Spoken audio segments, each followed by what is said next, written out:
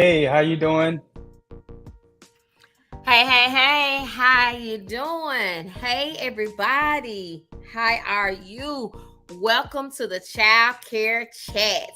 This is this month Child Care Chat. We're in the month of August, and we're super excited to be on today to just have a dialogue, and just talk about safety, right? Because you guys know that safety is one of the biggest concerns in childcare when you're trying to attract your ideal client, and when you're trying to bring on new staff. One of the main concerns is safety. So we've decided to break down and give you guys a few tips, just 10 tips on how you can implement safety practices in your childcare center to ensure that everybody that's in the environment is safe, and that you're always in compliance to ensure that you have a profitable preschool by having safety practices in place. All right.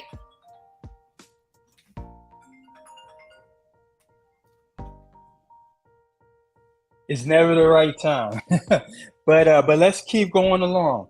All right. So go ahead, Daphne. Would you like to start us off with the first safety tip? Yes, our first safety tip of today is maintaining accurate staff and children ratio. You guys know this is one of the biggest concerns from parent, maintaining staff to child ratio. To ensure you maintain appropriate staff ratio based on the ages of the children in your care, this helps ensure that each child receives attention, supervision that they need. Ratios might vary, but a common guideline is one adult to every three infant, one adult to every 4 to 5 toddlers, and one adult to every 6 to 10 preschoolers to ensure that these safety practices are in place. Adequate ratios ensure that you are being safe when it comes down to early childhood education, right? So the first one is maintaining accurate staff ratio, right? What do you think about the first tip of the day? And I believe that is very important to maintain adequate staff to child ratio because, for one, you want to maintain the safety of the children that you're caring for. And also, you don't want to overwhelm your staff. Like, can you just imagine the staff running back and forth to try to control all these children? And then, it just ain't a safe environment. So that is the number one thing is just to maintain a great ratio of staff to children. I agree wholeheartedly. Yes, That is the number one safety yes, tip. it cut down on incidents. We get complaints from parents saying little Johnny came home with a scar on his arm and leg, and the first thing they say, "What was the teacher doing while he was getting scratched, or why he when he fell?" And if you have the right student teacher ratios, it can alleviate a lot of the accidents, where you can be the first line of defense when you see your parents and talk to your parents and discuss any incidents that may happen during the time they're in your care. I agree. Great point. Great point. So we're going to go off to safety tip number two. Safety tip number two is conduct background checks. So, like, I can't stress how important it is to conduct a thorough background check, especially on staff, because you don't want just anybody coming to your place of business. You're around children, their safety is number one. You want to make sure you thoroughly check who you're letting into your ecosystem. It's the same thing as you want to make sure everyone meets the same quality and standards that you uphold. It's like you don't want to let a wolf into your hen house. So that's perfect practice to having that great safety check, you know, and it is not just for you, it's for the children, it's for everyone at a whole. So, so what are your thoughts on conducting a background check, Daphne?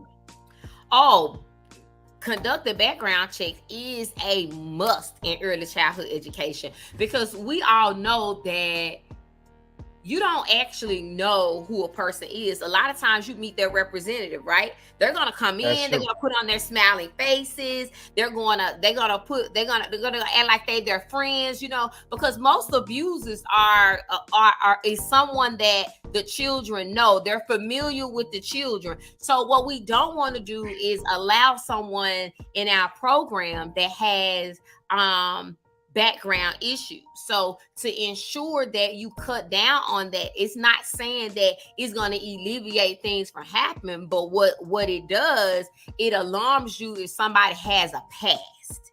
And what you don't want to do is bring somebody in that has a past, because you want to make sure that they have a safe and clean background, and they're trustworthy, to work around the children, because we take care of individuals' precious cargoes, right? This is one of the Yes. most precious job that you can have, is take care of people's children, because you're not only impacting their lives, they're trusting you for their children to come back the same way they dropped them off, and without any incidents. So to ensure that they have backgrounds in the process is ensuring that you have done your due diligence to ensure that the people that you have in place has a clear background that you know of.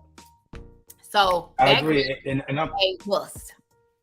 yeah, I'm just going to add on to that. Even after the background check, that's why it's very important for a lot of child care centers to have like a 90-day period after that, because you have to continue to check their background after that. Because, like you said, they'll put their best foot forward. Like when you first meet them, you're meeting their representative. So you got to expand it even more.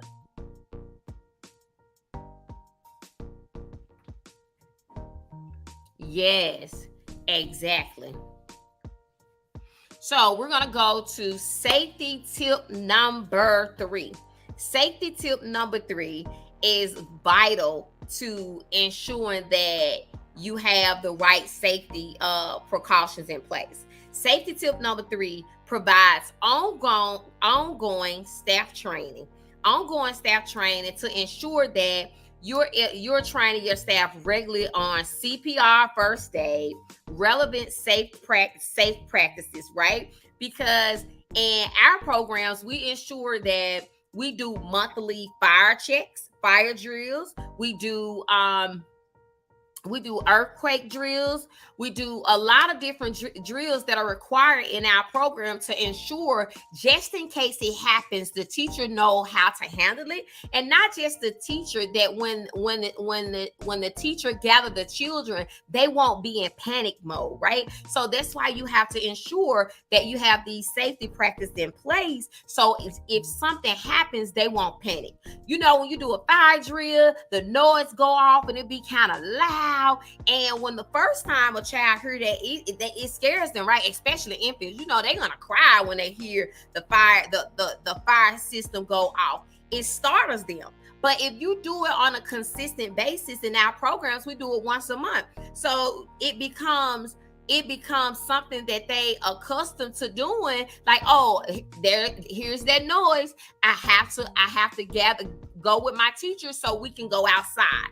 That's why it's very important that you have safety practice in place, because especially with dealing with children, dealing especially with children, you have to habits are formed by practicing. And to ensure that you have the right safety practice in place, you have to be repetitious with safety practices, not just with the children but with your staff, because what does not get checked does not get measured. If you don't have systems in place to ensure that they have these safety, that they're doing these safety checks, like your fire drill, your earthquakes, and making sure that all of your systems in your program work properly, right? How often do you check your exit sign, your emergency signs? How often do you walk around the classroom to ensure that they don't have any soccer covers missing, right? You know your teachers always want to charge their cell phones because they've been up all night and didn't put their phones on the charger, and they take those plugs loose, and then you look around, you don't have a plug in the safety box because the teacher charged her cell phone. So how often, what systems do you have in place to check to make sure that the systems that you put in place when you first started is being consistent and it's being replicated throughout the program on a consistent basis? So ensure that you have a checklist to go by for these safety checks to make sure that they're being implemented every day in your program. Ray, what do you have to say about safety practices? Yeah, yeah, I would like to add. I would like to add to just provide the ongoing safety practices because it's a saying: practice makes perfect. Like you gotta be ready instead of being in a moment trying to get ready. So if you practice safety first, then as soon as something happens, you already know where to go, what to do, and how to implement the plan that's already in place. You know, and it just comes with perfect practice. So definitely practice ongoing safety procedures. Definitely. So we're going to move on right along to number 4. Maintain a secure environment. So that it goes hand in hand with the last one we talked about, fire safety. It is very important for you to maintain a secure environment because eh, the main focus of everything is protecting these little angels and maintaining a great and secure environment is to make sure that the children are safe. Like for instance, you don't want to have little pieces of objects that the kids can probably choke on. You don't want to have nothing jagged so that the kids could probably scratch themselves. You want to make sure that the kids are in a safe, clean, and maintained environment. So, what's your thoughts on that? So when I think about maintaining a secure environment, I think about one of my biggest pet peeves. My biggest pet peeve is being able to just walk right into a child care center, right? It have no safety checks in place. I remember I bought one of my newest child care centers, and I went to do a tour of that facility, and I opened the door and I went right in, and I was halfway down the hallway before someone said, "Can I help you?" And so, to ensure that you are being safe, you should always make sure that the entry doors are locked at all times, and that Oh. in them being locked, make sure that the children can just push the door. An adult could just push the door and go out in case of an emergency, to ensure that no one can get in the building, because it is our responsibility to protect the children while they in our care, right? You know, you hear all of these mass shootings that's going on in America, and you sit back and say, how in the world could that have happened? How could that child come in after school started? Because see, a lot of times they come in during class time, right? During instructional time. So you sit back and say, how could that happen? That means that someone did not practice safety at the door, because they shouldn't have been able to just get in without having to stop at the office, or without being checked, or having to be buzzed in. Because if someone comes to your door, you should have some type of protocol in place where they have to buzz the door, ring the doorbell, or something. In my schools, when they hit the intercom, we talk to them from the office, and if they don't have an appointment, then we schedule an appointment with them being outside, and we're on the inside to ensure that our children are safe. You can't just walk in and do a tour, because we have to know who we're dealing with. When you have a tour, it's scheduled to ensure that your children are safe. Everything should be on a schedule to ensure that everybody that's coming in your program is who they say they are, and getting what they need, because it's our responsibility to make sure they safe while they're in our care. So making sure that the doors are locked is one of my biggest pet peeves. If you stop them at the door, it won't happen no more. It won't happen no more. All right. My next one is tip 5. Child-proof your facility.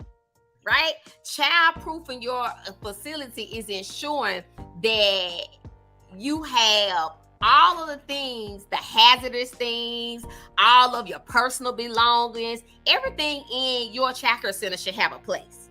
And having a place means you shouldn't have your purse sitting on the floor during instructional time. That purse has an assignment. That purse should be in your locked closet, in your locked locker. It should be away from the children, because your purse have personal belongings that are unsafe to children.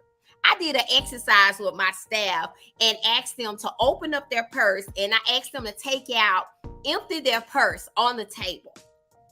And when they emptied the purse on the table, we had staff to have pennies in their purse, right? And so pennies is a what? A choking hazard. We had staff to have nails in their purse, because they started putting nails on the weekend and they didn't finish. They had nail glue in their purse. They had lashes. They had bonding glue. They had nail clippers. They had all of these things, medicine. They had keys. They had all of these hazardous things that can cause harm to the children in their purse. What if you have little Johnny and Sally who's curious and decides to, I see Miss Susie's purse. Let me go in it and see what this little blue bottle is, and open it and take some medicine, because you didn't realize that they had got in your purse, because they thought they was eating candy, but they're really eating they're eating a sinus pill. Accidents happen, and to ensure that they don't, we have to make sure that all of our personal belongings is put away. What do you think about that, Ray? I agree. And you know what? To add to that, it is very important to child-proof the facility. Like, you got to make sure you take away all doubt of the child being injured. Because let's face it, you could be liable if anything happens to that child. And, we got enough to worry about to add a lawsuit on top of that. So you want to make sure that all the electrical outlets are covered. You want to, like you said, the pennies, because you don't want a kid to choke off that. You want to make sure that they eat the proper food, and they're not like eating make sure not to have like toxic crayons or anything toxic that they can put in their mouth that can potentially get them sick. Like, you must protect your center at all times. And part of protecting your center at all times is the number one goal: protect them children at all times. So you definitely have to child-proof your center. So the word for the day is protect those children at all times. Protect those children at all time. All right. Yes. So let's move along to the next safety tip. The next safety tip is safe sleep practices. What I don't get a lot of. I need more sleep. But the next one is safe sleep practices. So, I mean, one of the things when I think about that, I think about having a barrier, like when the children are sleeping, having a barrier between the floor and the kid, because I know that they have sleeping mats and they have different types of things, but you definitely want to make sure that the children's skin is not coming in contact with the bare floor. Because, like, people spill stuff on the floor, people walk on the floor, you definitely want to have that barrier. And also, it's very important for the children to have, some good sleep. Nap time is good. And I know for sure that the staff love nap time. That gives them time to relax and to prepare their lesson for the next period. So definitely good sleep practices is more than welcome. So it works well for the children getting nice rest, and it works for the staff to catch their breath and to prepare for the next lesson. So what's your thoughts on that? So when I think about safe sleep practices, right, the number one thing I go to is infants, because one of the your highest risk area in the child care center is your infant classroom, right? In the infant classroom, you think about most infants should be all infants should be sleeping in a crib. Let's just put that out there, right? They should all have their own individualized crib. And in that crib, it should be free of any type of objects. That means no blankets, no boppy pillows, no toys. It shouldn't have anything in the actual crib but the actual baby. And when you lay that baby down, you supposed to lay the infant back to front. So when I think about safe sleep, safe practices is making sure that the babies are back to front. And in our state, you have to do what we call safety checks, right? And those safety checks while they're asleep, you have to check them every 15 minutes when they sleep. Some people say, oh, that's a lot. How do you do that? You do that by having, we have timers, and those timers go off every 14 minutes, because I do 14 minutes to give the teacher time to walk to the bed, touch the baby, and then restart the timer, right? So when you have an infant that sleep, you should always pay attention to the infant, right? You think, oh, everybody in the classroom sleep, I'm gonna go write my lesson plan, but that timer is gonna remind you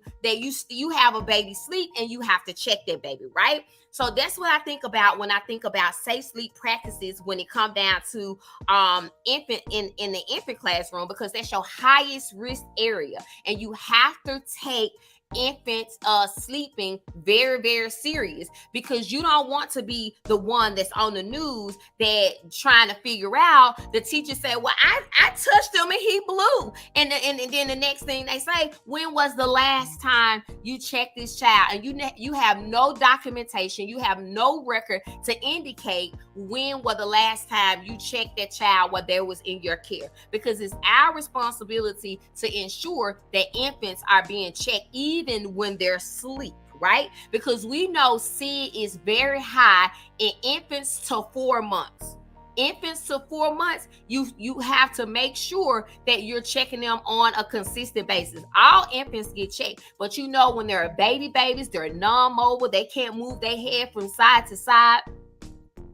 Safety is first. Safety practices when they're asleep is your best friend to ensure that those babies become infants, from toddlers to preschoolers to school ages, because the name of the game is for them to matriculate through your program and grow. And when you have a happy baby, you have a parent for life.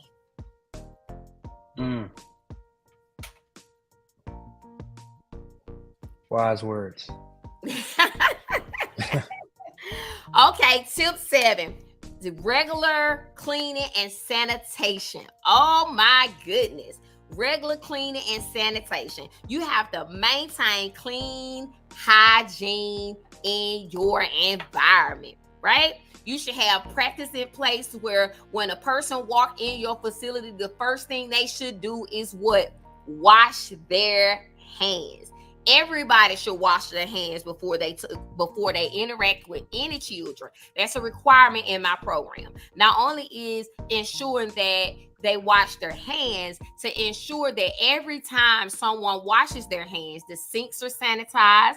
Every time they go to the bathrooms are sanitized. Not only the bathrooms and the hand washing sinks, every time they do arts and craft, when they're eating, all of those things that a child touched throughout the day, you have to make sure that you're two-stepping those tables. And the two-step process is making sure that you use bleach and water to clean your tables, to sanitize your table, to cut down on germs. This is how we cut down on germs. You know, parents always say, oh, my child got sick because they was in childcare. They got sick because they was in childcare. A lot of times you can stop a virus by simply hand washing and using bleach. Because one child has a virus does not necessarily mean that everybody in the classroom has it. Because if you have a cleaning process in place when something happens, it stops the virus before it spreads. Because that's why you see on the bleach bottle it say 100% germ killer. That's what it does. It kills germs. And if we're utilizing bleach, not all this good smelling stuff that smells real good because it smells good, right? We don't like bleach because it don't smell good, but bleach is required by the health department to cut down on germs. So to ensure that you have great sanitation practices, make sure that you're hand washing and you cleaning behind the children when they cough, they cough, they nose running. Just wash hand wash and cut down on everything. If we didn't learn anything else from the pandemic, well, you have to wash your hands, right? Hand washing kept down on the spread of COVID. So if hand washing can cut down on COVID, what do you think it can do for a common cold? That's my take.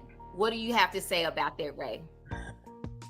I agree. And I was going to jump right into the COVID, especially now after COVID, post COVID, you would think people would be more aware to have a well sanitized area.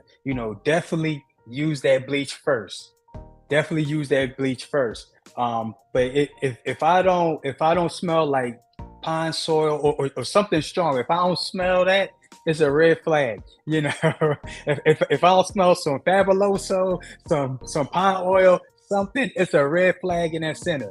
If I smell just stale air, like you definitely got to have a clean, sanitized daycare. And you know what? Some daycare owners, you gotta go in there with that white glove treatment. Like once a month, just coming in with the white glove test. Like you don't have to go deliberately to look at stuff, but just touch every surface and just look at your hand and see if that glove is still clean. Because if we stray away from it, we can go a while without making sure all surfaces is clean. Like make it a habit to make sure your staff clean and make sure they have a clean checklist as well. Make sure they have a clean checklist. Did we clean the walls? Did we clean the toys? Because what's very serious is that foot and mouth disease. And that can spread. And the kids love to, touch toys and they love to put toys in their mouth. So definitely definitely get those toys in a bleach bath. Say that 5 times fast. So definitely make sure that you sanitize those toys. You want to try to eliminate that foot and mouth disease because that can spread in the daycare, and that's one of those diseases you do not want to spread in your daycare. So I challenge all the daycare owners to do a white glove test. And also another thing that you can do is like sometimes we don't look around, like sometimes move the refrigerator back, move the microwave back, move some of the appliances back, get that flashlight, at the same time, like during the inspections, the inspector had that flashlight because that flashlight will put a focus on some of the areas that need some touching up. So definitely keep this in mind to a part of your regular cleaning and sanitation practices.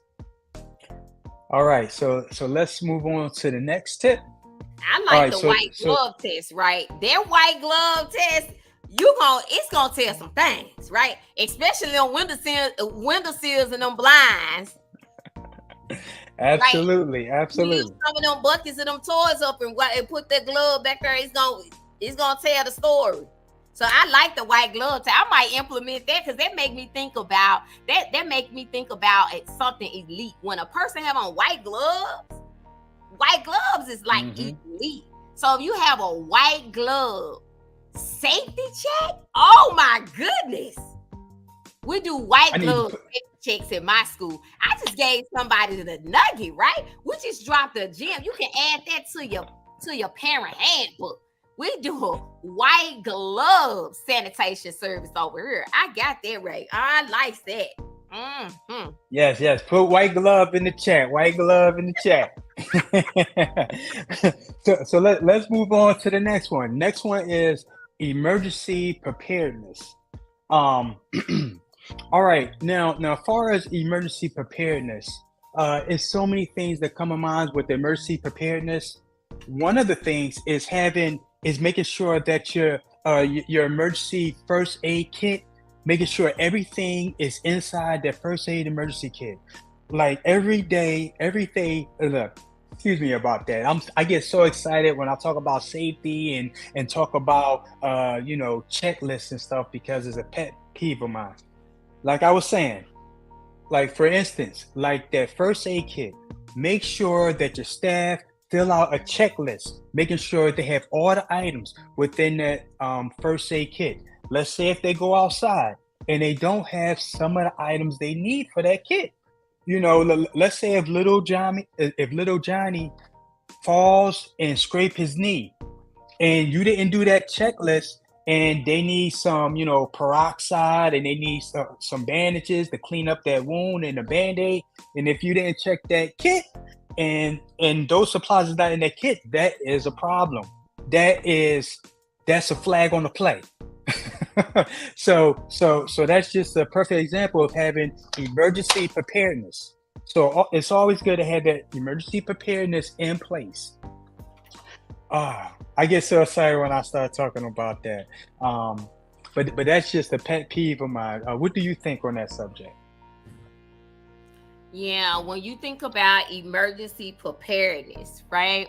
I think about the different uh things that happen during the course of the change of the weather and environment.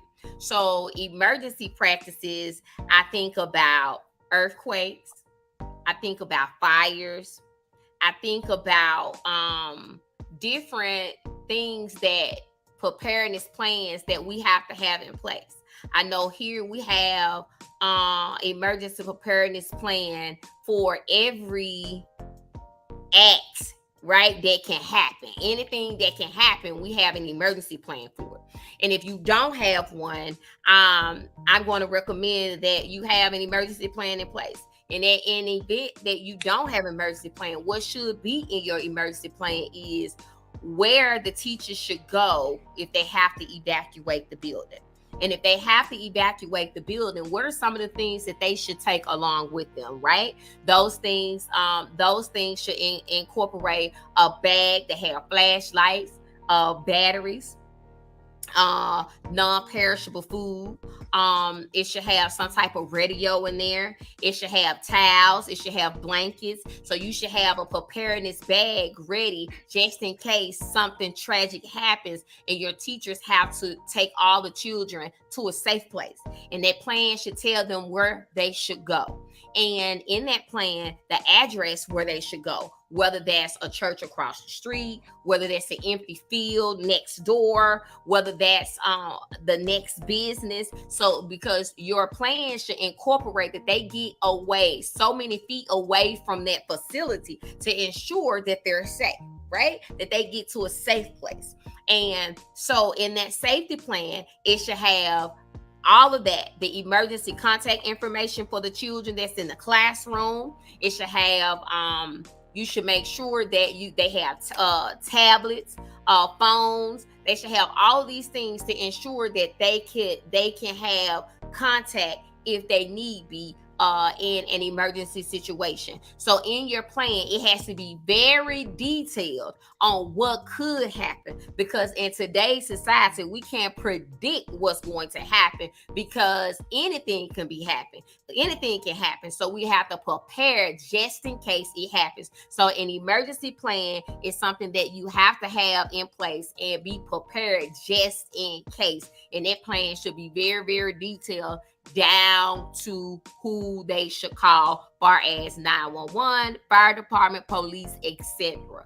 So those are some of the things that should be in the emergency plan. So Ray, I could go on and on about this emergency plan because I done took so many classes on emergency classes and what you should have in those little bags, because annually we have to rotate that food out because it expired. So we go in and we change some of the food out, but we ensure that we have those bags just in case something happens. Yeah, and I just want to add something else real quick to that emergency planning. I want to challenge all the childcare owners. Like, I'm big on policies and procedures, and like what Daphne just said, go over every scenario that can possibly happen at your daycare center, whether it be a fire. It could be, a flood, a hurricane, like a blizzard. All those scenarios. Do a policy and procedure. Name the event that happening. Name the event. What's the evacuation plan? What's the plan A? What's the plan B? What would you do if plan A and plan B doesn't work? Where are you evacuating to? What's the next step? So these are perfect emergency preparedness things that you can do for your center. So now we put y'all to task. We put y'all to work to start, jotting down the different things you need to do to improve your center. So just keep that in mind. So go on to the next one. Yes. So tip 9 is supervision during outdoor activities. Y'all know this is where it get real funny, right? Because the teachers feel like, oh, they're playing, they're having a good time. I can let my hair down. I don't have to really think about safety. No. I'm here to tell you safety is important, whether you indoors or outdoors, because safety is important, because most of the accidents happen when they're where? On the playground. One of my worst accidents that happened in my program happened on the playground. It happened on the swing. The child was swinging the swing entirely too high. The teacher asked her 3 or 4 times, but I said, if you asked her once and she did not stop, you should politely redirected her to something else. And she flipped off the swing and busted her head, and we had to call the ambulance, because one of the most critical areas is the outdoors, because kids are free. They have so much energy. They're running around. They're going to fall. They're going to scrape themselves. They're going to do anything. And you know what? While they're doing all of that, you never know who passing by your program watching. The state could be driving by, or a state official could be driving by, your children outside playing and the teacher on the phone, or they playing around on the tablets, and anybody could be watching, right? So you have to make sure, even when you're on a playground, that you're still following the safety procedures that you have in place, because you never know who's watching. I always tell my staff, don't think about me, think about the eye in the sky. It never stops watching you. And if you think about the eye in the sky, you're going to always be doing what it takes to ensure that the children are safe, right? So Ray, what do you think about the outdoor safety practices? Well, this is very important, because remember, one of the tips we had earlier was making sure to maintain a safe environment for the children inside. Now that we already covered what's going on inside, now we have to make sure we got a safe environment on the outside as well. One of the things that we need to absolutely watch is your staff with their cell phones. So we gotta put the cell and cell phone. They got these little mini jails for these cell phones now. So we gotta make sure to have that practice. That should be a standard practice for all childcare centers. And that's one thing that we're going to start implementing in our center, is to make sure as soon as the staff get on duty, as soon as they get in, we're going to get some lockers for the cell phones. So that as soon as they get in, they put their phones in that locker. They get a key. We have a key. And then during their break, they can unlock their cell phone. But that's one practice we need to do, because a lot of teachers, they get relaxed when they're outside. And what's the first thing they do? They're on their phone outside. And outside is where most of the danger can happen, because it could be it could be critters around. It could be, a cat or whatever other type of animal could be around. You don't want the kid getting scratched, getting rabies forbid. Like, you want to protect yourself against the animals. And then on top of that, if your playground is not gated, it's a possibility for them to run out into the street. Now you're looking at a bigger problem. So it's very, very serious for you to supervise, for supervision to be had during the kids' outdoor activities, because anything can happen. And that is the most important time for everyone to be the most vigilant, because so many variables can happen while the kids are outside, because there's a lot of stuff that's not in your control. But the one thing you can control is keeping your eyes on them kids. And remember, let's start putting those cell phones in cell phone jail, y'all. Cell phone jail. Cell phone jail. Hey, so when you think about supervision doing outdoor activities, tell me what's your thoughts about supervision and outdoor activities? Well, first and foremost, we have to, when we think about any type of supervision, if we're outdoor, we have to make sure that we are setting ourselves up for success, meaning that we do that morning walkthrough, that playground safety check to make sure all of our playground equipment is in check, and then in the evening as well. Supervision really comes into play not only before the children go out to play, but also afterwards. Doing that one last walkthrough is crucial to make sure no child is left on the playground alone. Children like to hide, and there's these little places. It's called enveloping. So kids do that. They love to hide. So it's very crucial to make sure that all the children, you're doing your face to name, transitioning, and then making sure to keep up with your children's counts as you're moving from outside back into inside. Yes. Excellent. Count them keys. Oh my goodness. That's a whole nother conversation. When you're talking about outdoor safety, man, it's so many things that come along with that to ensure that it's gated, to ensure that it's locked in. You putting those names, the faces, and counting those kids, because one thing you never want to do is to be inside the building and you still have a child on that playground and someone else sees it, because that's going to be one of the worst things you ever want to experience, because you left a child outside unsupervised. So ensure that you having those safety practices in place.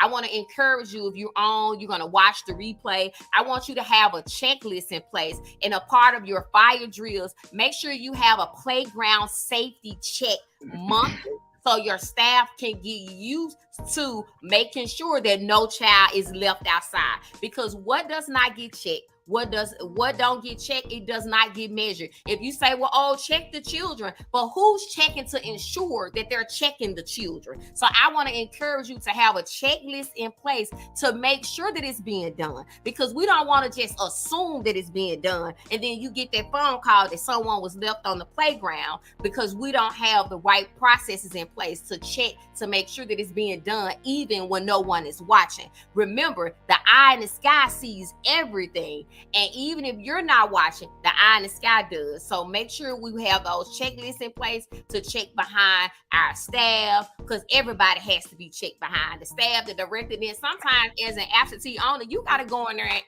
and do those checks yourself to ensure that everything that you have in place is being done. Yes. Oh, I wanted to add one more thing to this subject, because this is a hot one. We didn't even touch going to outside activities, like to an event or to like the zoo or anything like that. Like, that's a whole nother level of security right there. Oh, yeah, that's a whole nother level. Like you got to have the group system, and then it would be good practice to have all the kids wearing the same color shirts so you can better identify them. Woo! That's a whole nother thing. We'll be going on for another 2 hours of preparedness. But let's keep it moving on, because we got to respect everyone's time.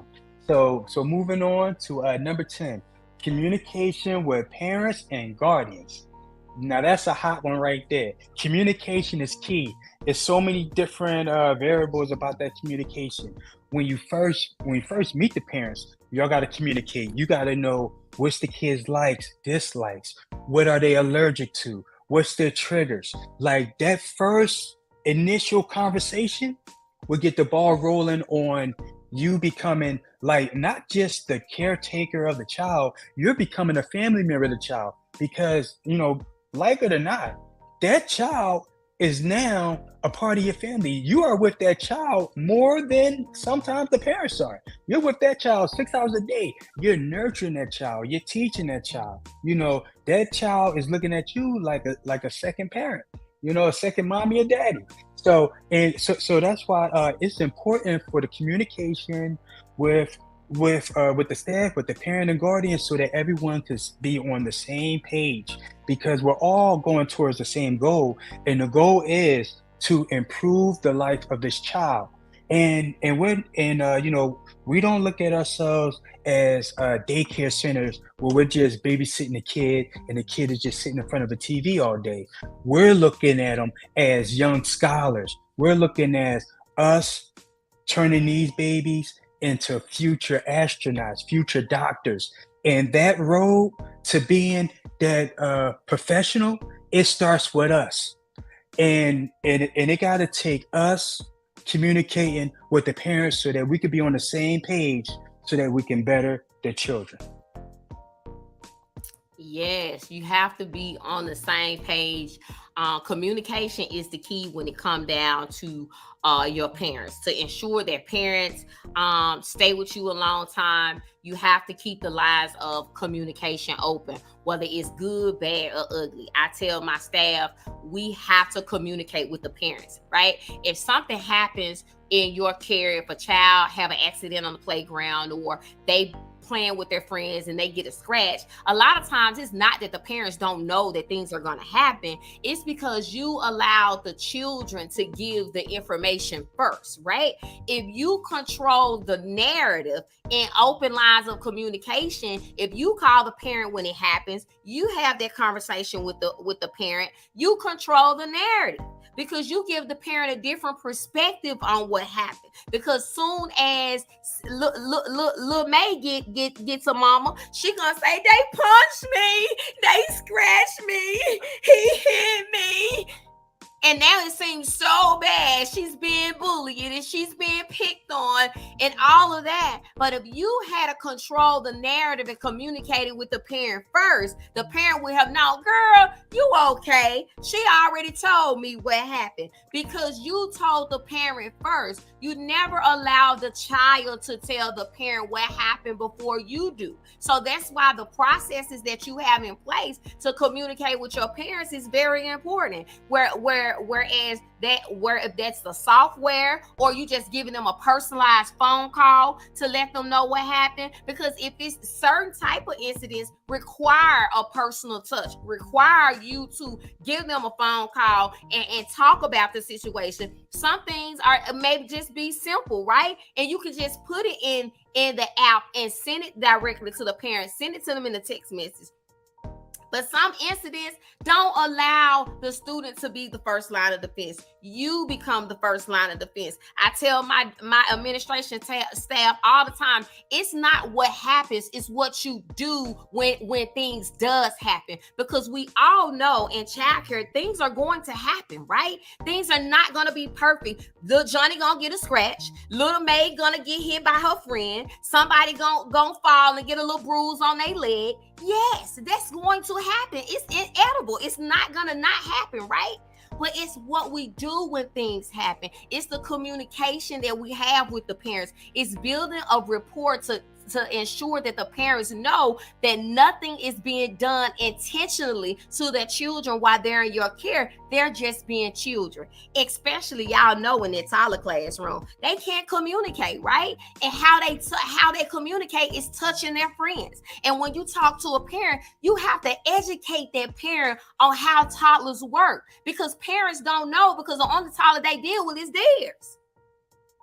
They don't understand that when they're dealing with their friends, when they're in the room with their peers, that they're going to scratch it. They're going to touch, because they can't say this my toy. They can't say this mine. They're going to snatch it. And when they snatch it, we get scratches. So we have to ensure that we're educating our friend with the developmental growth of their child so they can understand when accidents happen. This is what happens in the toddler classroom, because these children cannot talk. But because they cannot talk, we have to ensure that we keeping their nails cut down to cut down on scratches in that classroom. We have to ensure that we're doing all of these things to be able to make sure that the parents are confident when they're in your care, to know that these things are not done intentionally. So the number one thing in communication is clear communication and timely communication, because if it's clear and timely and you control the narrative, parents are going to be okay, long as they didn't go to the hospital.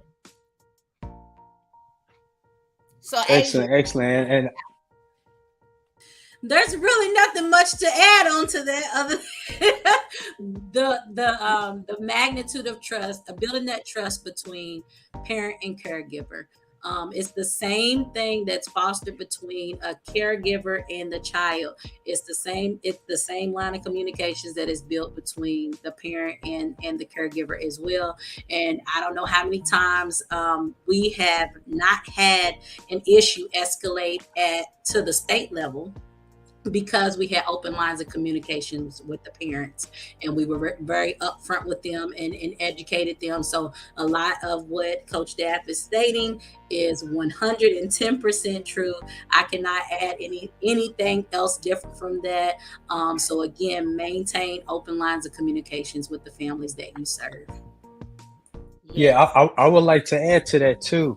Like, you got to set the bar so stuff don't go too far. Like, as soon as you meet the parents, set the expectations. Listen, this is how we're going to communicate. This is how it's going to go. And then when you talk to your staff, set the expectations. This is how we're going to do it. This is how far it's going to go. And it's very important to talk to your staff, because you touched on something earlier. Make sure you have that incident reports. Make sure that is set up the right way, the incident reports, because as soon as the incident happened, like you said, communicate with the parents first. Communication with the parents first, so that they got a heads up of what's going on. Set the bar so it don't go too far. So I just wanted to add that. You with these one-liners today, set the bar before it won't go too far. I bet you they'll remember it. Yeah. They definitely will remember it, Right. So we have come to the conclusion of this month Child Care Chat. This month it was all about safety tips. We gave you guys 10 safety tips to ensure that you have the safe practices in place to run a safe child care center. I hope you had your pen and paper, because we dropped some gems with those 10 safety practices on today. If you did not, you can definitely watch the replay. But I want you to do me a favor. If you're watching this live, I want you to share this live. I want you to share this video with a friend, because as the National Child Care Owners Association, we're on the move to ensure that we impact child care owners across the world. And we want to reach as many child care owners as we can through conversation, through advocacy, and to let them know that you are not alone. We're all in this child care thing together. So share the National Child Care Owners with a friend. You can click the link at the bottom. You can see it say www.thencoa.org. Go on our website, click like, share, join the National Child Care Owners Association. We're always open to new members, because we're on the move. The better, the more people we have to join, the bigger the force, the bigger the impact that we can make on the world. And we're trying to do that one child care owner at a time. I don't know about y'all, but I'm excited about the National Child Care Owners Association, and I hope you become a member and you become excited about it too. Ray, take us home. Thank you, everyone that's on the panel. It was a great panelist today. Thank you, Asia, for stopping in, paying us a visit. We appreciate it. Thank you, Daphne Booker Harris. So these wonderful. Hopefully, everyone was jotting down some notes on these 10 safety tips. Everyone have a good day, and make sure to have those policies and procedures in place for your child care center to be a safe and clean environment for these children. And from us to y'all, have a great day from the NCOA.